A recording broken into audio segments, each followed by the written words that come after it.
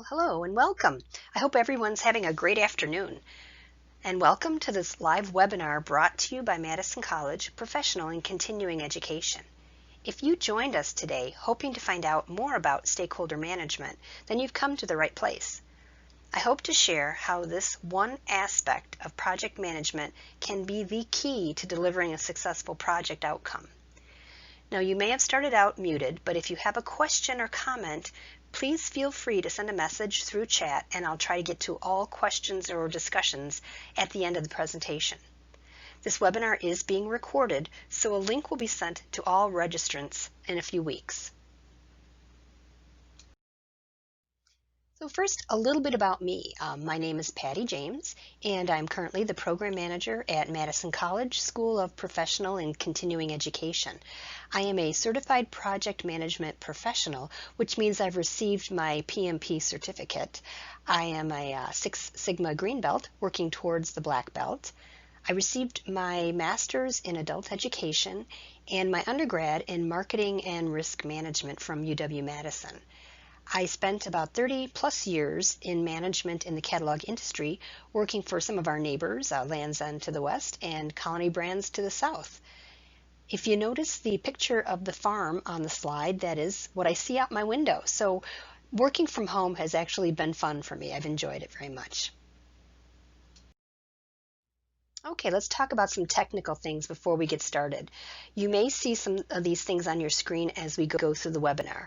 Now, we've likely all gotten so much better at virtual meetings in the last 6 months, but each web meeting system may be a little bit different.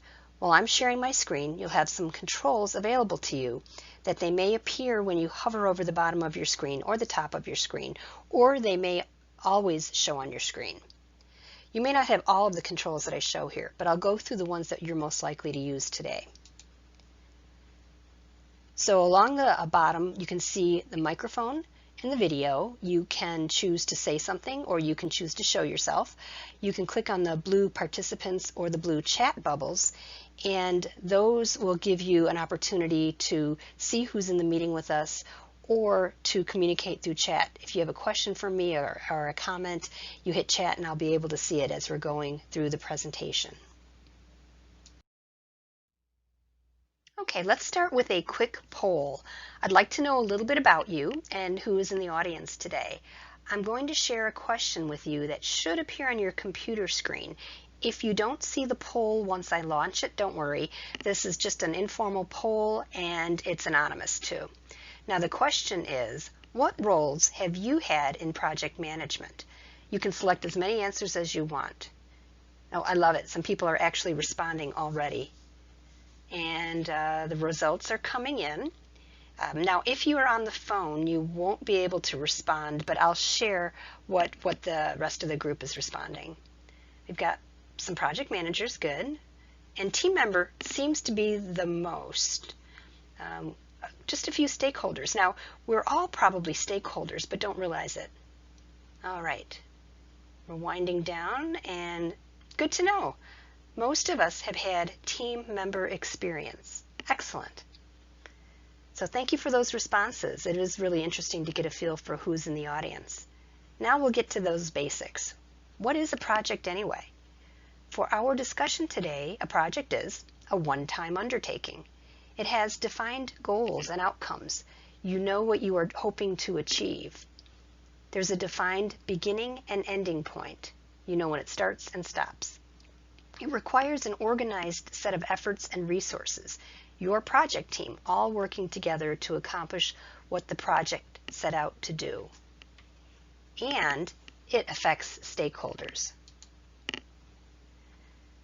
This leads to our topic. Along the way, take note of slides with the word tip on them. These are tools and techniques that you can use today to improve your stakeholder engagement management.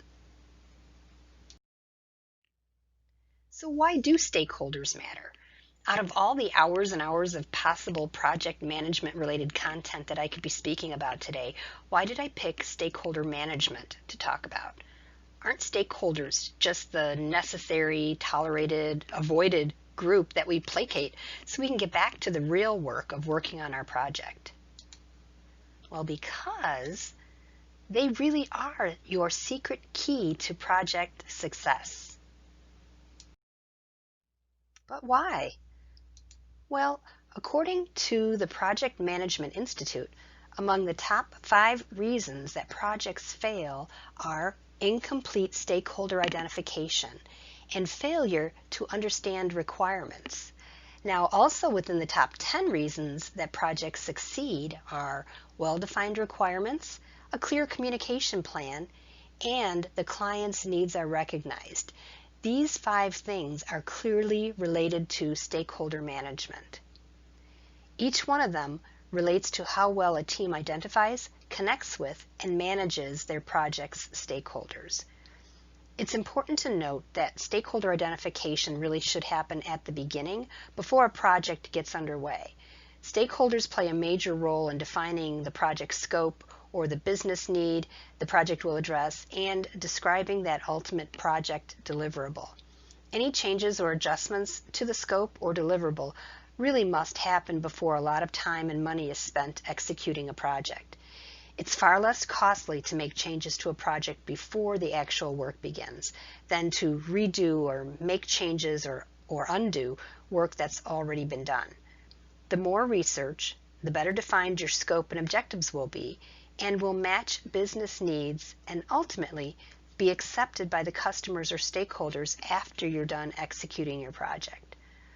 Literally, how you manage stakeholders and their engagement can mean the difference between successful and unsuccessful project outcomes. So you can see that stakeholders are not a group that you should speed through your communications with, or avoid, or just do the bare minimum to communicate with. Time that you spend identifying or connecting with or preparing and executing a communication plan for these stakeholders will yield big dividends for your project. So we start with step 1, identify your stakeholders. So who's your stakeholder? Really anyone interested in or affected by the result of your project. That also includes customers. Also, anyone who may be affected by the process itself of project management. Now, what's the best way to go about identifying stakeholders? You can do a couple of things. You can brainstorm who's affected, get your team together, get a group together to talk about who is affected by the output of your project. You can do a process map, show the handoffs between different groups that are affected by your project. Remember to think about internal and external stakeholders. So internal stakeholders could be people who work in your company, within your department or other departments. External stakeholders could be government agencies, they could be customers, they could be suppliers or vendors. Lastly, you can also start with a pre-made prompt list, and I'll show you an example next. Okay, so here's the pre-made prompt list, and it's also a tip. Creating something like this might be time-consuming, but it could pay off in the end by jump-starting your stakeholder identification brainstorming sessions.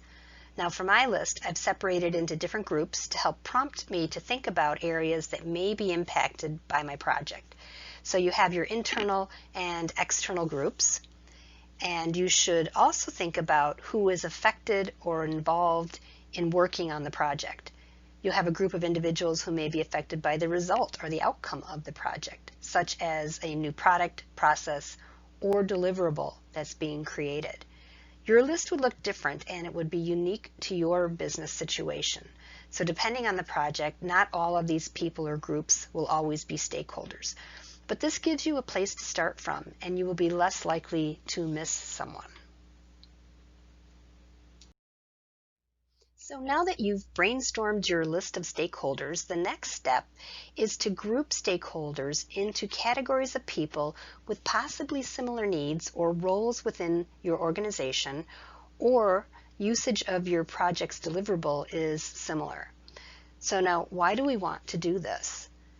Well, stakeholders don't all have the same influence on your project or even importance to your project.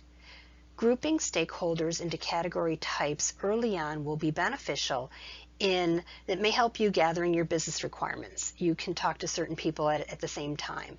It will also give you a start on your communication plan. Stakeholders with similar interests will benefit by getting information in a method tailored to their needs. They may need lots of detail. They may need high-level information. You know, are we on budget? Are we on schedule? So this way, by grouping your stakeholders, you can determine which groups get which type of information.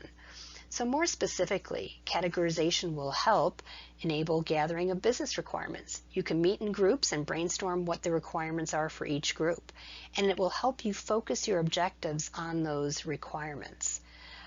Feeling connected and that their needs are being met or at least considered will help gather stakeholder buy-in. As I mentioned before, it will help you to develop that strategic communication plan, and also could help reduce the risk of negativity. If more stakeholders are buying in, they'll be likely to be less negative, which could hurt your project. So here's another tip. Once you've got your stakeholders all identified and categorized, you may use a grid like this to visually group your categories to help better understand and identify how to communicate with these groups. Who needs more communication and who doesn't need quite so much? So when you build your communication plan, you've already identified who gets what type of email or attends which type of meetings. With your communication plan in mind, you can begin to see the different types of communications that you'll need to develop to support what each stakeholder group needs. Now, along the x-axis is the interest or impact, and it goes from negative to positive. And some areas of the company will be less interested or impacted by your project, and some will be more. Along the y-axis, you've got your influence over or proximity to measure. So some areas don't really have a lot of influence, or some people won't have a lot of influence over your project, or they may not be very close to your project. So an example that would fit on this grid would be a manager of a department that is very affected by your project and is very influential might be in that light blue project partners box. There's somebody who is affected and you want to keep them close so that they understand what you're doing and they are a supporter of what you're doing. Now, a worker in an adjacent department might be considered to be in this neighbor's dark blue box group. They don't have a lot of influence over your project, and they're maybe not affected other than the fact that they're a neighboring department and they know something's going on. And sometimes people just need to know some information, because if you don't, you wonder, is it about me? Is it going to affect our department? Why aren't they telling us about what's going on with our neighbor department? So you still want to have some sort of communication for those in the neighbors group, but they don't need the same level of detail as the other groups. And so some of the other things you should consider about each group is, if we look at the light green box, that keep satisfied group, you'd put people or groups in there that have a lot of influence and can maybe make decisions that would affect your project, but they're not really interested in a lot of the gory details. People we've talked about the project partners group. Then you've got another box for people who you want to keep informed, but they may not be very influential. They may not be people who would affect your project other than they know facts.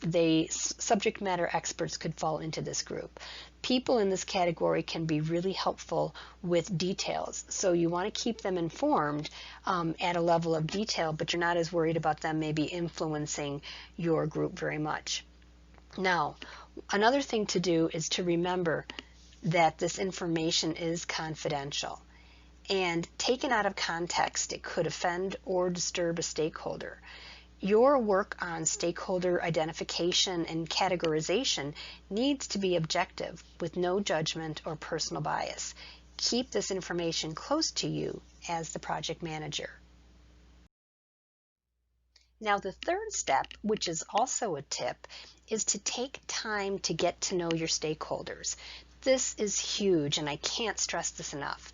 You will use this new partnership with your stakeholders to flesh out the scope, the business needs, the objectives, and other deliverables, and to develop many aspects of your project management plans.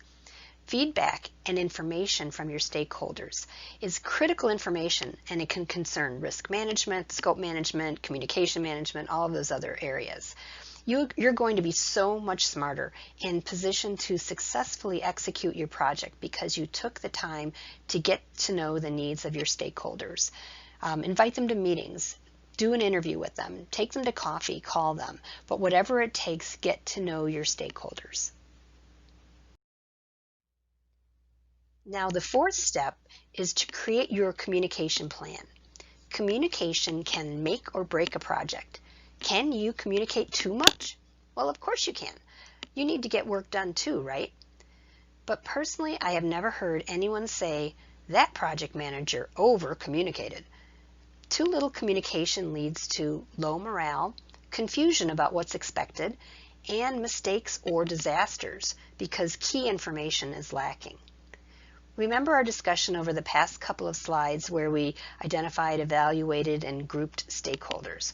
Well, the communication plan will use that work to identify the correct communication for each stakeholder. Think about the type of reporting you need to deliver. High-level managers won't want to see all the gory details of the project. Your team members need to see a great deal more detail. Make the level of reporting appropriate to the role. Remember that a good communication plan helps you to get buy-in from your stakeholders. Everyone appreciates the time and effort that you take to really listen to their needs and to tell them what's going on, to feel as if they are considered an important part of the success of your project, which they are. Here are some examples of information that you may include in your communication plan. You might have additional needs, and not everyone wants to include all of these, but you can start somewhere and adjust it as you go.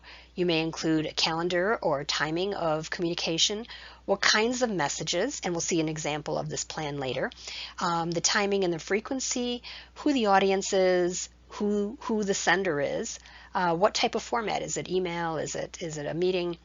And the source of the content. Where does the content come from? Now, here's another tip, and it is an example of a communication plan. Notice how simple it is. It lives on an Excel spreadsheet, and it can be stored with your other project documents and taken out easily. This particular example starts with stakeholder groups and identifies potential types of communication that each group needs. And then it gets into further detail with who's the communication from, who's it going to specifically, what's the source of the content, how often or when would this go out, what type of format, such as, like I said, email or meeting or phone communication, and then comments. Now, comments are important, especially if you're planning to hand this task off to somebody in your project team. So the comments could be instructions to somebody sending out that communication. Maybe it's who to collect something from, or how to deploy this communication, and if you need to follow up with anybody on it. So it's a good way of making this task something that could be handed off to someone else. And you can alternately start with types of communication and then fill in the stakeholder groups that will receive it. So I might start with a kickoff meeting, or a weekly status update, or quarterly leadership team status update in my left-hand column, and then put in my stakeholders or who needs to be in that communication. Now, that's the structure that I'm most familiar with, but I like the one that's here on the screen as well. So once you have this plan developed, you can share the ongoing communication responsibility with another member of the project team, and that can help free up your time as the project manager, as well as train somebody new to project management on what happens within the team.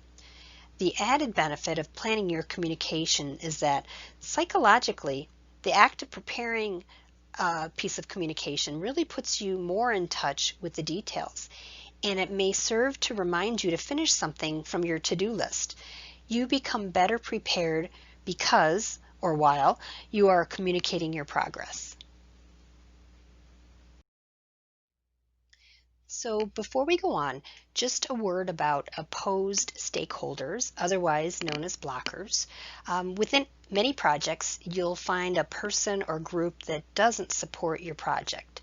For whatever reason, they don't want the project to succeed. It might conflict with something they're doing, or they may perceive that it will add work to their area, or the change in processes is done in a way that maybe won't be good for them. This is what they feel. Or they may have other personal reasons for being against a project. Now, don't ignore this group. Don't stop communicating. Communicate with them in one of those four quadrants as if they were either a neighbor or a partner or the Keep Satisfied group. So communicate with them very, very objectively. You might enlist the help of a champion of a similar rank or influence to talk to them. So if you've got somebody who's really supports your project and they're willing to talk to this blocker and tell them why they support it, that might help bring the person around. Seek to understand the pain points. Why is it that this person does not, or this group doesn't really want your project to succeed? There may be something about your project that you can help make it more beneficial for them as well. So always, always, always strive to create a partnership. This work done early in a project life cycle can really pay off later in less friction and better project acceptance. The fifth and final step is to execute or deploy your communication plan. Remember to maintain a structured process. That way, you won't skip a planned opportunity to communicate. Follow your calendar. Be consistent in timing and even format. A stakeholder will benefit from consistency. They'll know what they're looking for, and they hopefully can even track the progress. If a stakeholder receives an email that's got the same type of information in the same place, they'll look for it and they'll be more likely to read it. They'll say, oh, we're over budget, or oh, we're on schedule, or oh, the milestones we reached over the past few weeks. So they'll be looking for those pieces of information if it's structured much more easily than if you have a long wordy paragraph that changes what you report each time you send out a status update. Remember to meet your deadlines, deliver what your stakeholders expect, and it will give them an impression of a well-run and successful project. They'll have more confidence in your ability to achieve your goal. Always deliver the appropriate message and level of detail. By doing this, your project will continue to be top of mind and will justifiably give the impression that you're on top of the details and the project is well managed and will be successful. So here we are in summary. Stakeholder management. Remember to identify all the stakeholders using the various tools that we talked about in this webinar. Categorize or group your stakeholders into like groups so that you can really become more effective and efficient at deploying the right types of communication. And also, by getting to know them, you'll be able to really collect those business requirements, learn about the pain points, and really focus your objective of your project to optimize and to benefit your stakeholders. Create your communication plan at the appropriate level of detail, and it's a plan that you can use to trigger when you send out your communications, what types of communications and what formats, and execute your plan. Make sure to follow what you've set forth. You've put a lot of work into it and it's a good plan, so make sure you execute it. Remember that stakeholder management is really the key to project success. Well, thank you for joining us today, and if you would like to continue to learn about project management with us, here are some courses that we're planning to run in the spring semester. Look for more information to be available on our website closer to the end of November. We will potentially be running some project management skills, which is a basic class on how to manage projects. Agile Essentials for Leaders is an overview of how to make your projects more agile. Project management recovery is really about what to do with those projects that go off the rails and are spinning out of control and things aren't going as well as you hoped they would go. Construction project management, we're actually running that class right now, we're halfway through, is really related to the project management skills and needs specific to construction projects in a construction facility. And I wanted to thank you all again for joining us. I appreciate being able to talk to you about stakeholder management. And if there are any questions, I'm just looking at the chat box right now. I don't see any. Yes, we will be sending you a link to this recording, and I can send a copy of the PowerPoint. Thank you for asking. Again, I appreciate your engagement and joining me today. I'll stick around for a few minutes, but thank you for joining us, and see you next time.